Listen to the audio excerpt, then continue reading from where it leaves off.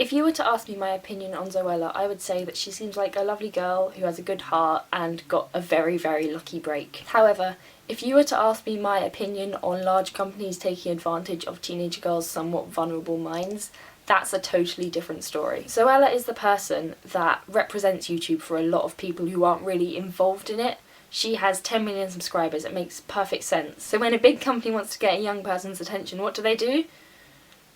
Zoella. That's the concept of a sponsored video anyway. It's something we see all the time on YouTube. Of course, it's not just Zoe who makes sponsored videos and sponsored content. And it's not a new idea. Companies have been paying celebrities to endorse their products for years. But the difference between David Beckham being pictured holding a Pepsi can and a sponsored video on YouTube is that YouTube has this unique relationship between viewer and creator, and it's a lot more personal and a lot more realistic. The relationship between the celebrity and the fan seems a lot more raw. We can communicate with each other and we can influence each other. So when a company who doesn't really understand the YouTube world tries to get involved and cash in on that sort of devoted fan base that a lot of people have, the intentions of the company become bleedingly obvious when they haven't even done enough research to understand and appeal to the audience that they're making this video for and paying for this video to be made for. Recently Zoe was nominated for an LGBT award because in her book there's a typical gay best friend character, and also, and I quote here, she's friends with Tyler Oakley.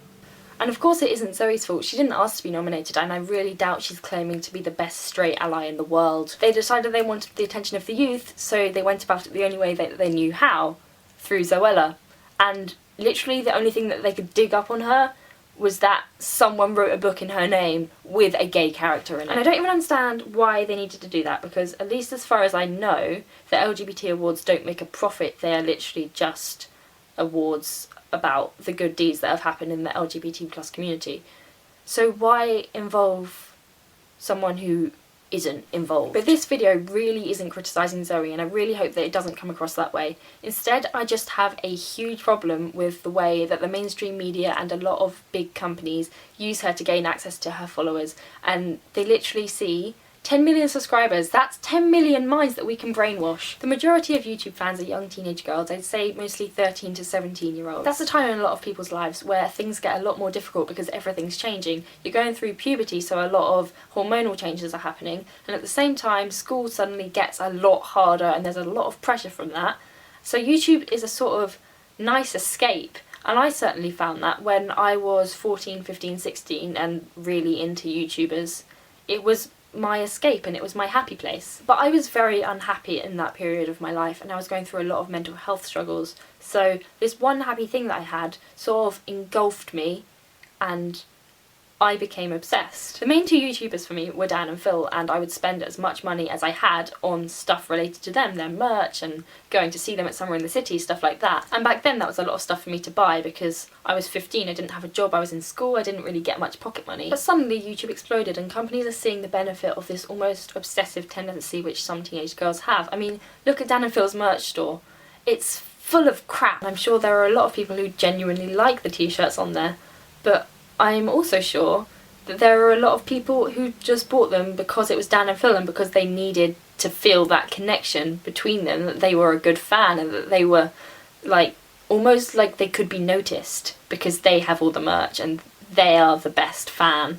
I know I certainly was like that, and it was a horrible mindset to be in, but I wanted to be the best fan so that I could be noticed by them and then they would become my friends and I would live happily ever after. Coming from experience, it is such an unhealthy lifestyle to dedicate your life to someone who doesn't even know you exist. Of course there's a scale, and just because you watch YouTube it doesn't mean that you're obsessed and it doesn't mean that you're unhappy. But for me it was a big indicator that something was wrong, and that's where my mental health started going downhill. I'm sure you've noticed in comment sections that in the YouTube community there is such a higher percentage of young girls struggling with eating disorders and mental health issues, self-injury, than there are in real life. Obviously lots of people may be hiding these problems in real life and may feel that YouTube is the only way that they can actually talk about this, but that's the problem. That's where the unhealthy relationship with the internet can develop, and I'm no scientist, but I'm sure there is some correlation between people who are obsessed with YouTubers and people developing mental health problems. We don't know the cause and effect links, so we don't know what causes what, but I am certain there is some connection there. The problem is that these companies see the obsession and the dependence which so many people have on these YouTubers, and They don't see the suffering behind it. They don't see the problems that are causing it. They see a money-making scheme. And I think that is so sick. So sick. These people are willing to exploit the vulnerability of teenage girls, whether that vulnerability be caused by a mental health issue or whether it's just the general struggles of growing up. It goes without saying that it's not just girls, but YouTube audiences are predominantly female, and the companies are just seeing things in terms of numbers. They work in majorities. If they worked in minorities, I would be getting opportunities all the time to go on the news and release a book. Forgive me for going all feminist here, but from the moment that a girl is born into this world, she is influenced by all these male-dominated things. We are taught that being a woman is wrong, and although we aren't told it directly, at least in the Western world, there are so many things in life which influence girls to make them believe that that's actually true. This is what makes fandom so appealing and so beautiful, almost.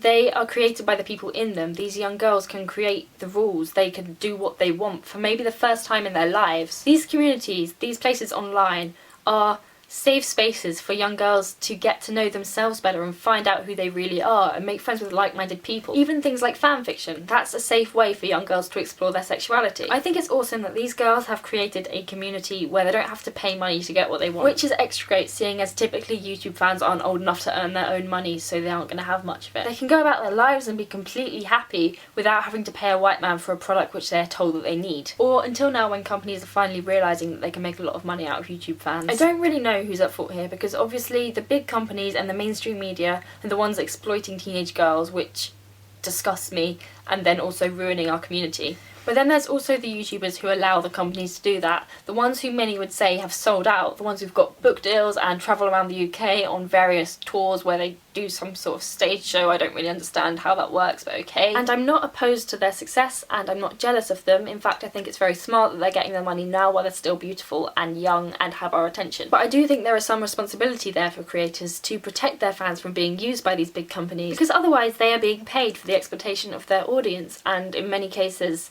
the exploitation of young girls, which is not okay. Let me know what you think about this topic down in the comments. I'm sure there's going to be a very interesting discussion. Thank you all so much for watching. This video has sort of been brewing in my head for quite a long time, so it's nice to finally get out the thoughts.